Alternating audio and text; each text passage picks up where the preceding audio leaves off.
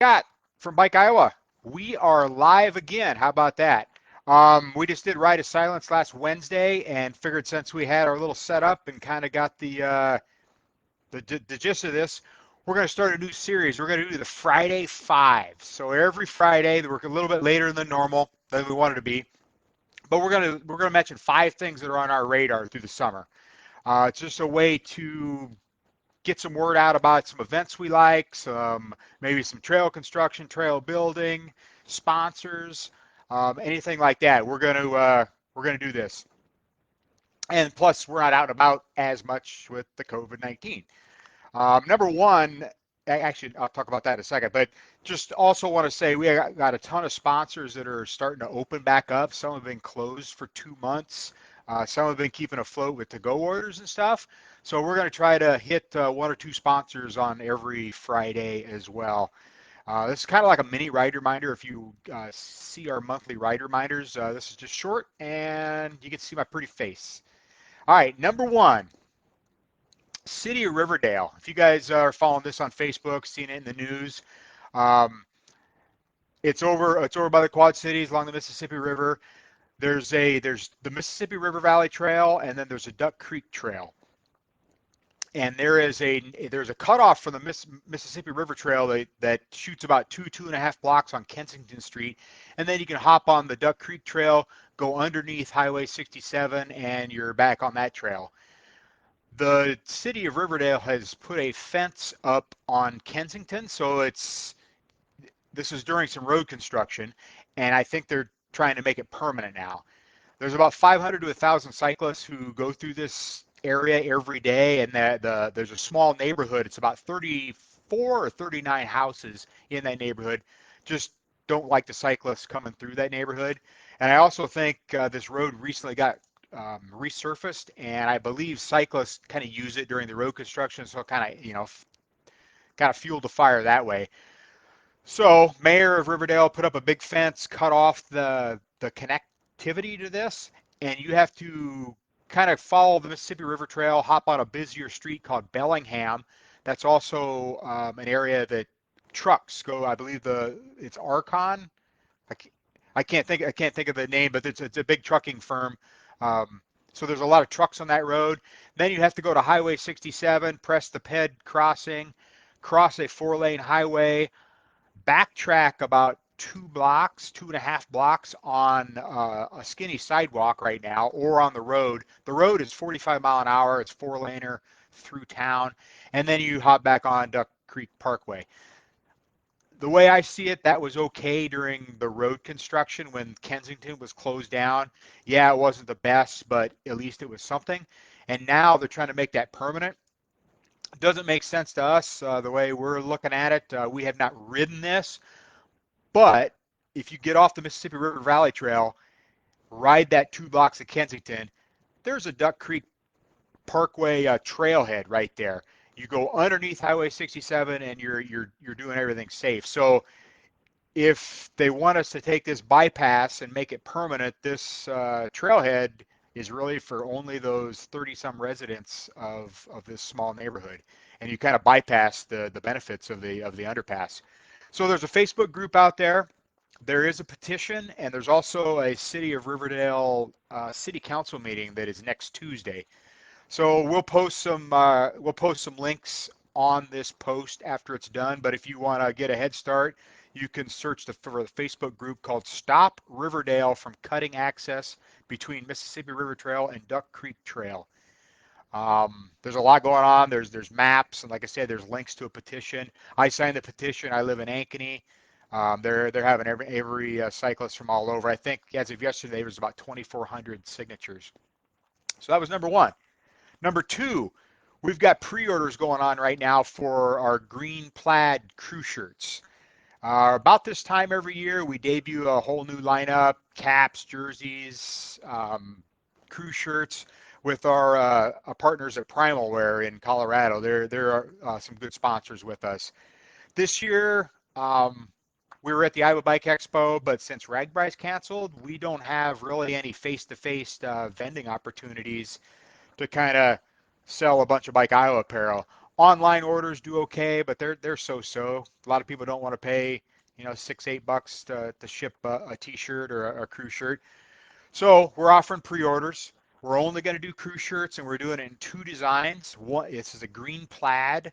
Um, if you know, we tend to do plaids every year, just some different designs, just like that look.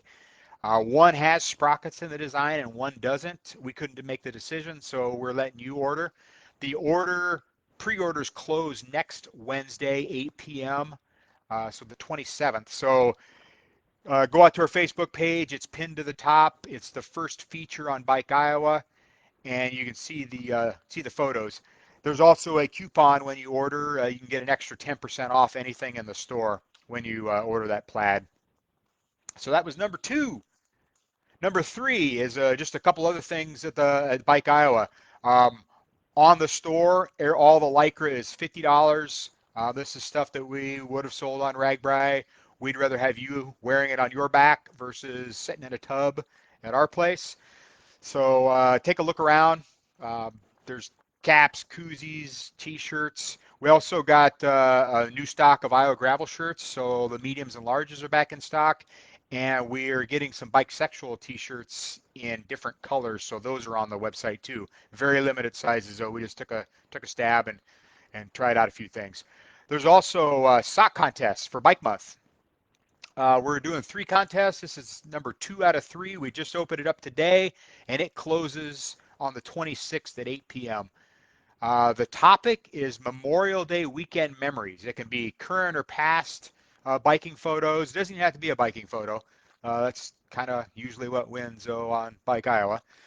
But all you need to do is go to the Facebook page, post your photo. There is a post out there already.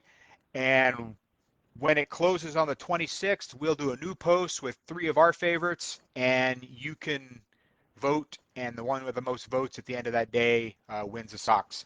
And these are these socks. These are some new old stock, the Bike to Work socks that we've had. Used to do for Bike to Work Week. Made from Sock Guy. Super comfortable, but we do have a little stash. These are quite a few years old, but they're still good and they're cool.